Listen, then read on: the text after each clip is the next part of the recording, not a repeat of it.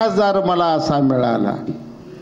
म्हैसाळच्या पाण्याच्या बैठकीला हजर आहे, टिंबूच्या पाण्याच्या बैठकीला हजर आहे, उजनीच्या पाण्याच्या बैठकीला हजर आहे, निरा देवधरचं 1 TMC पाणी स्वतःच्या धरणात मला द्यायला हजर आहे। कुठलीही बैठक रणजितसिंह नाईक निंबाळकरनं सांगोला तालुक्याच्या पाणी प्रश्नाची चुकवली नाही। एक तर बैठक उजनीची, अधिवेशन मुंबईला दिल्लीला चालू असताना स्पेशल विमान 37 लाख रुपये भरून मुंबईत आले, बैठक केली आणि पुन्हा निघून गेली। जर तुमच्याच तालुक्याच्या जनतेच्या पाण्याच्या प्रश्नासाठी अंतकरणापासून कळकळ करून धडपडणारा पडणारा हा तरुण तडफदार खासदार जर आपल्याला मिळालेला आहे, हे सगळं मार्गी उद्या 5 वर्षात आपल्याला लावायचं आहे।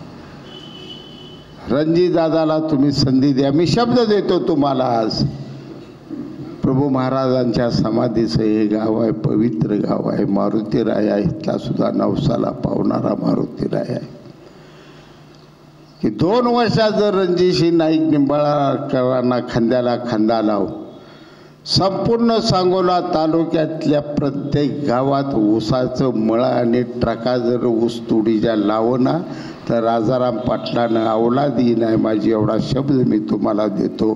पण तुम्ही सगळ्यांनी ह्या निवडणुकीला गंभीर घेतलं पाहिजे।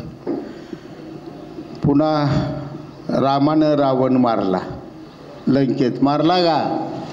पत्रकार ऐकताय का? बाणानं मारला।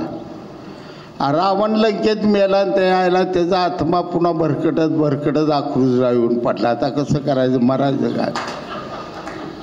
इकडं रावण जन्माला आले, आमच्या उराव बसले। आता आमच्यात कोण राम आहे? आम्ही आपल्या पाया पडत बसलूया, तरी रावण पुन्हा काही जन्माला घालू नका आणि आपल्या तालुक्याचं वाटोळं करू नका, एवढंच बोलतो आणि 2 शब्द संपवतो। जय हिंद, जय महाराष्ट्र। लोकशाही मराठी ऐका, पहा, जागरूक रहा।